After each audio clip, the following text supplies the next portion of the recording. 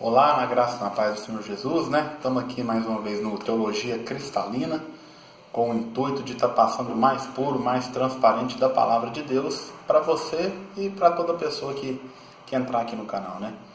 Dê um like aí para nós se você gostar do estudo, dê um dislike se não gostar, mas o intuito é esse, é de trazer o mais puro, mais transparente da Bíblia.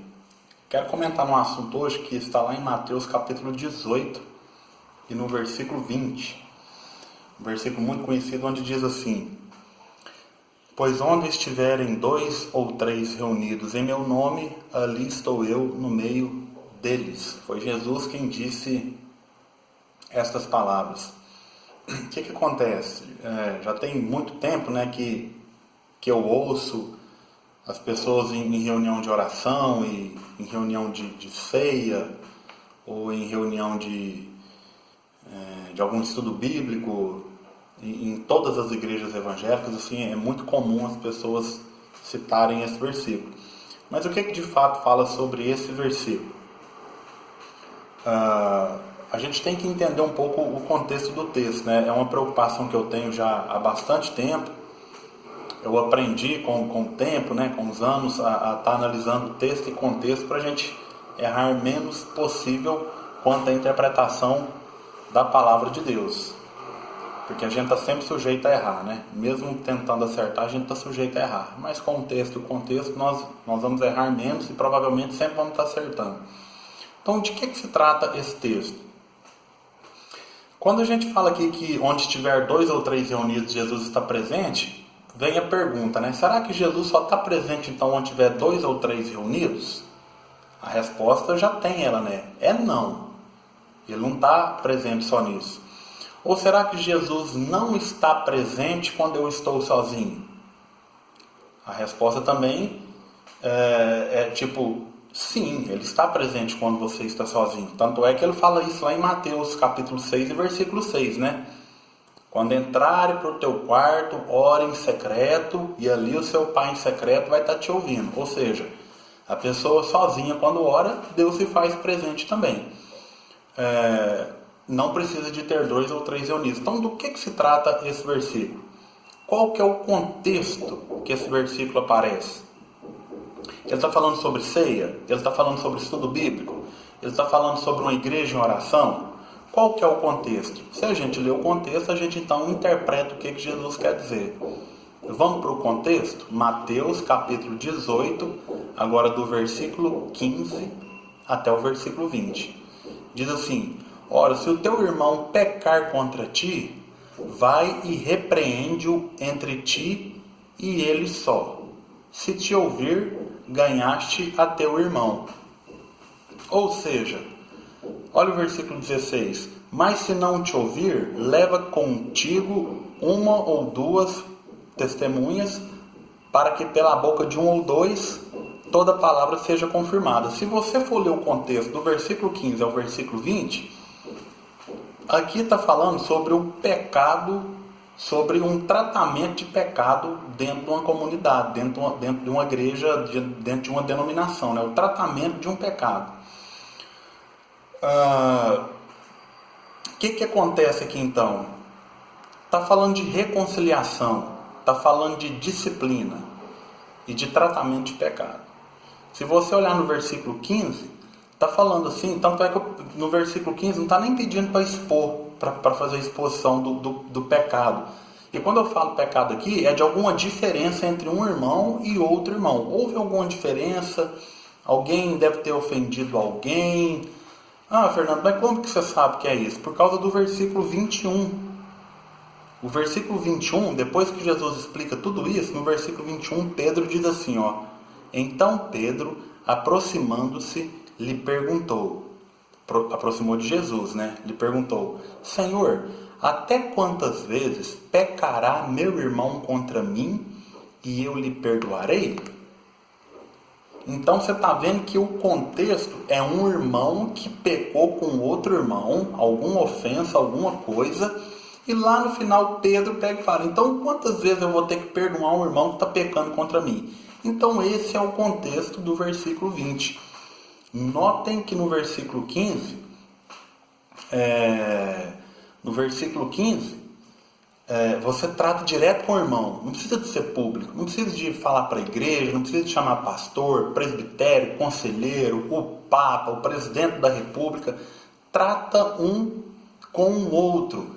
Por quê? Porque é uma recomendação da própria palavra de Deus. Lá em Levítico 19 e 17, vou abrir aqui para a gente ver, que eu estou com a minha Bíblia aqui, né? Levítico 19 e 17. Diz assim, ó.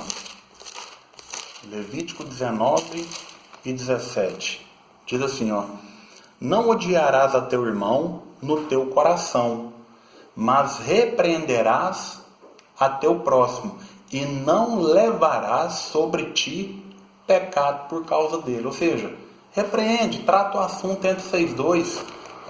Também aqui em Lucas 17, 3, tem o mesmo ensinamento, né?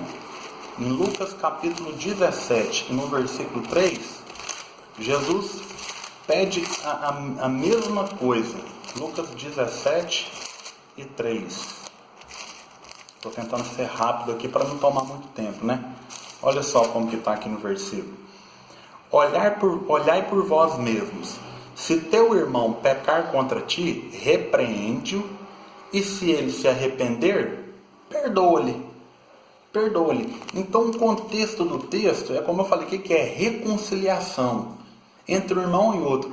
Olha o versículo 16 agora, né? Nós estamos em Mateus capítulo 18. Olha o versículo 16. Tudo isso é para interpretar o versículo 20.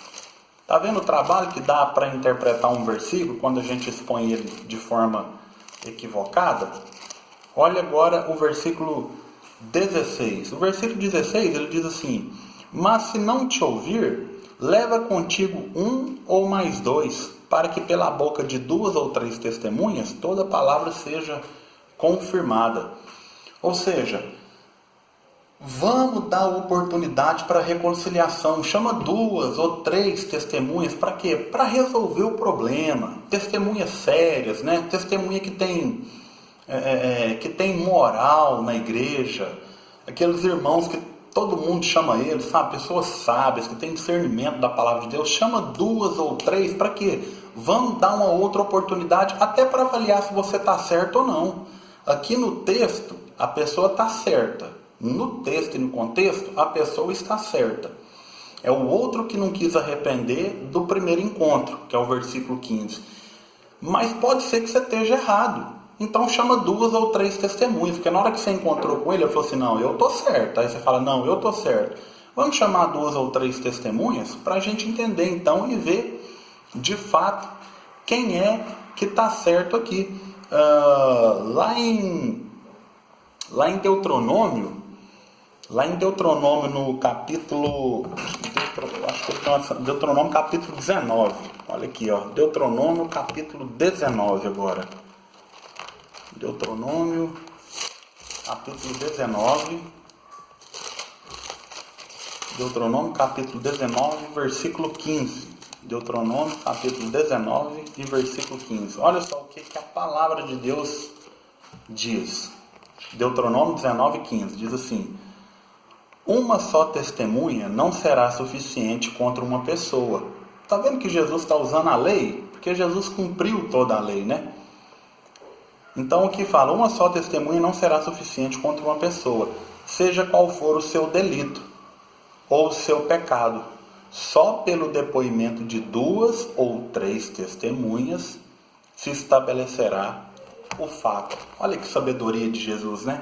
Tenta reconciliar vocês dois. A pessoa ainda não quer quebrantar o coração, não reconhece que está errada.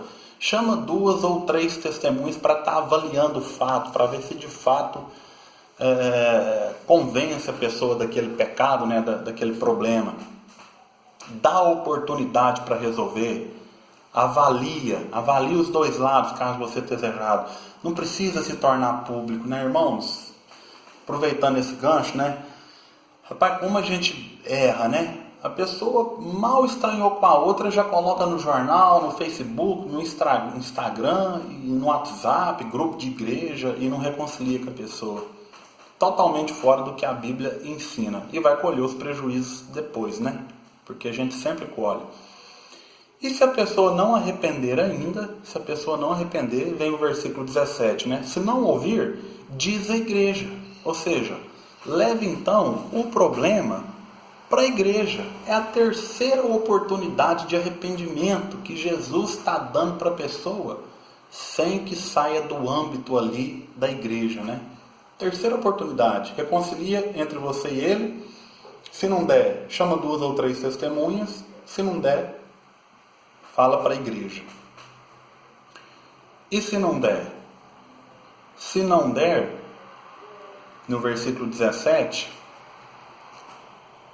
se a pessoa não ouvir a igreja, no final do versículo 17, diz assim: considera então como gentil e cobrador de imposto. Ou seja, se a pessoa de forma nenhuma se arrepende, se ela não ora nenhuma a Bíblia e o conselho e a orientação bíblica ela serve para ela, então gentil e publicano aqui para aquela época quer dizer uma pessoa que não tem conhecimento das coisas de Deus, era uma pessoa que estava fora do povo eleito e escolhido de Deus. Então considera nos dias de hoje essa pessoa como um gentil e como um publicano, ou seja, não faz parte da igreja de Cristo, não é um salvo, é uma pessoa que frequenta a igreja, é um religioso, mas é uma pessoa que não tem o temor de Deus, não arrepende, não muda, não aceitou a reconciliação, não aceitou as testemunhas, não aceitou a igreja, então é um gentil publicano. Essa pessoa, ela demonstra pelos atos dela que ela é uma pessoa que precisa de arrepender e de se converter. É como Paulo fala lá em 1 Coríntios, capítulo 5, versículo 5. Entrega para Satanás, porque quem sabe essa pessoa arrepende na hora que ela está fora de comunhão, nem necessariamente é fora da comunhão aqui, mas ela vai ser disciplinada, vai perder os privilégios que tem na denominação e entrega para Satanás, com o resultado sempre de arrependimento. Tudo isso aqui é no amor, mas é assim que acontece, biblicamente falando, dentro de uma denominação, na igreja de Cristo, né? Então, o que acontece? O problema desse texto aqui, do versículo 20, não é nem o pecado. Porque o pecado, o problema do pecado, ele foi resolvido na cruz do Calvário com Jesus, né? A Bíblia fala que o salário do pecado é a morte. Ou seja, Jesus pagou com a morte, quando ele se deu ali a sua vida, ele pagou o salário do pecado. O salário do pecado é a morte. Então ele pagou esse preço por todo aquele que arrepende e converte. Eu não estou diminuindo o peso nem o poder do pecado, mas o crente não tem um problema com o pecado, porque Jesus pagou na cruz, a pessoa que foi salva de fato, de verdade, ele já tem o pecado dele quitado na cruz por Cristo. Mas o problema é como se resolve o pecado, como que se trata o pecado, ou não tratamento do pecado. Então esse é o texto aqui de Mateus 18 e 20. O contexto aqui está falando de quê? De um perdão, de uma reconciliação, de um tratamento de um pecado entre um irmão e outro irmão, que um irmão está demonstrando que de fato ele nem irmão é. Isso é que é o versículo. Então quando ele chega aqui no versículo 18 e 19, diz aqui, né? Em verdade, agora está explicando todo o versículo 20. Está explicando todo o versículo 20, versículo 18 e 19. Em verdade vos digo que tudo o que ligardes na terra será ligado no céu, e tudo o que desligardes na terra será desligado no céu. Ou seja, se todo o processo de tratamento do pecado, ou seja, você tentou reconciliar, não deu, você chamou 2 ou 3 testemunhas, não deu, você mostrou para a igreja, não deu, então todo esse processo, debaixo de oração, debaixo de temor, debaixo do amor, todo esse processo bíblico, debaixo da orientação de Deus, ele não deu resultado. O que acontece? Jesus se faz presente nesta reunião de tratamento de pecado, e ali ele sela a decisão. É o versículo 18 e 19. Ó.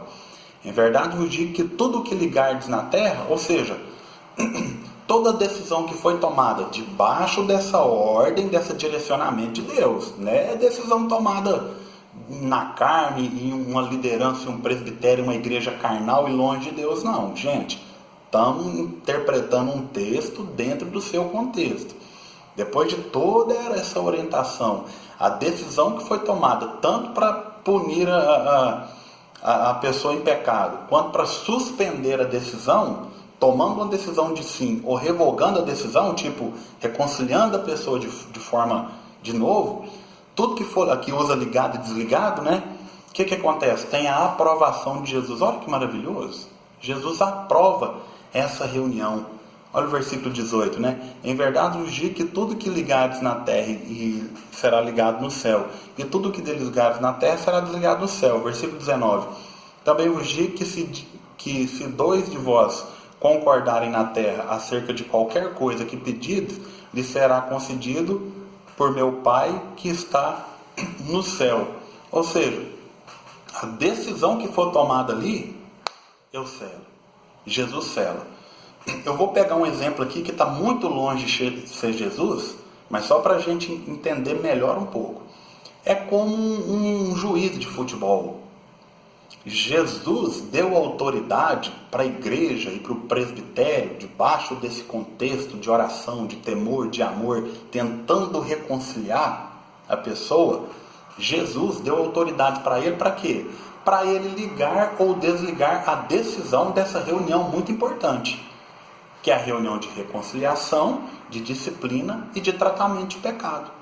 Já viu quando o juiz dá um cartão para uma pessoa? Tá, deu o cartão para a pessoa. Se o juiz deu o cartão errado ou certo, mas o juiz tem convicção naquele momento que ele fez aquilo, ele fez o melhor que ele podia fazer, a autoridade do juiz prevalece. A autoridade aqui foi dada para a igreja e para a liderança da igreja de tomar uma decisão nesta reunião. A decisão que for tomada é selada. Então o contexto aqui é de disciplina. Jesus abençoa essa decisão para o bem-estar do corpo da igreja. É uma reunião solene. Aqui não é uma reunião de oração, não é uma reunião de ceia, não é uma reunião de estudo bíblico, é uma reunião solene para tratamento de pecado e para reconciliação. Então, no versículo 20, Jesus pega e diz: pois onde estiverem dois ou três, nós lemos lá em Deuteronômio, 2 ou 3, nós lemos lá nas outras passagens, né? Onde estiver 2 ou 3 reunidos, ele diz aqui no versículo 20, né? 2 ou 3 reunidos em meu nome, nesse contexto aqui, eu estarei no meio deles. Como diz o ditado, né? Se Deus é por nós, ditado não, versículo. Se Deus é por nós, quem será contra nós, né? Então esse versículo de Mateus 18 e 20 se trata de uma reunião especial. Ah, Fernando, mas o que tem eu falar nele em uma outra reunião? Tem muito problema, irmãos, porque toda heresia, ela começa de um versículo isolado. Queira você aceitar isso ou não, toda heresia, ela vem de um versículo isolado. Por exemplo, eu posso orar a Deus falando: Senhor, muito obrigado porque o Senhor está aqui entre nós nessa reunião, porque o Senhor se faz presente. O Senhor é presente sempre. Como eu usei o exemplo de Mateus, né? Tanto faz você estar sozinho quanto com muitas pessoas. O Senhor sempre faz presente. Mas eu não posso pegar esse versículo e colocar falando que esse versículo pertence a isso. Porque isso é uma heresia, e isso vai ter problema. A gente ouviu isso no passado, muita gente deve ter ouvido isso no passado, eu ouvi, eu já falei isso lá no começo, quando eu comecei minha caminhada cristã, mas com o tempo a gente vai aprendendo, vai melhorando e vai aperfeiçoando nas coisas de Deus e colocando em prática, né? Porque o conhecer, segundo a Bíblia também, ensoberbece, né? Mas você tendo conhecimento e colocando com amor, aí é bom.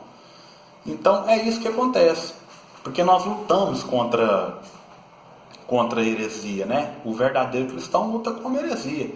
É como eu pegar aquele versículo lá de Colossenses, no capítulo 1 e no versículo 15, Colossenses capítulo 1 e versículo 15, né? Falar assim e fizer uma oração assim: Senhor, ó Deus, muito obrigado, porque Jesus foi a primeira criatura que o Senhor criou, porque lá em Colossenses, no capítulo 1 e no versículo 15, diz que Ele é o primogênito de toda a criação. Olha só, eu fiz uma oração para Deus, agradecendo a Deus, porque Jesus foi a primeira criatura que Ele criou, porque lá em Colossenses 1:15 fala que Jesus é o primeiro da primeira criação.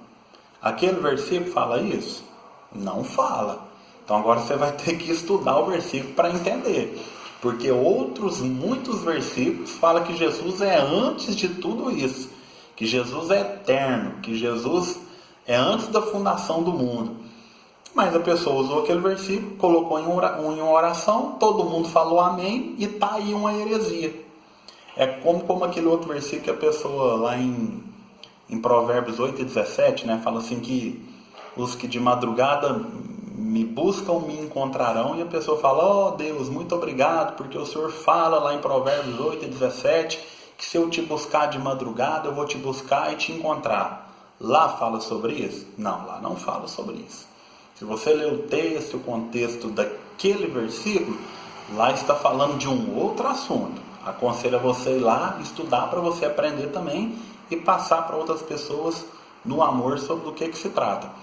Então é isso, queria deixar aqui para nós.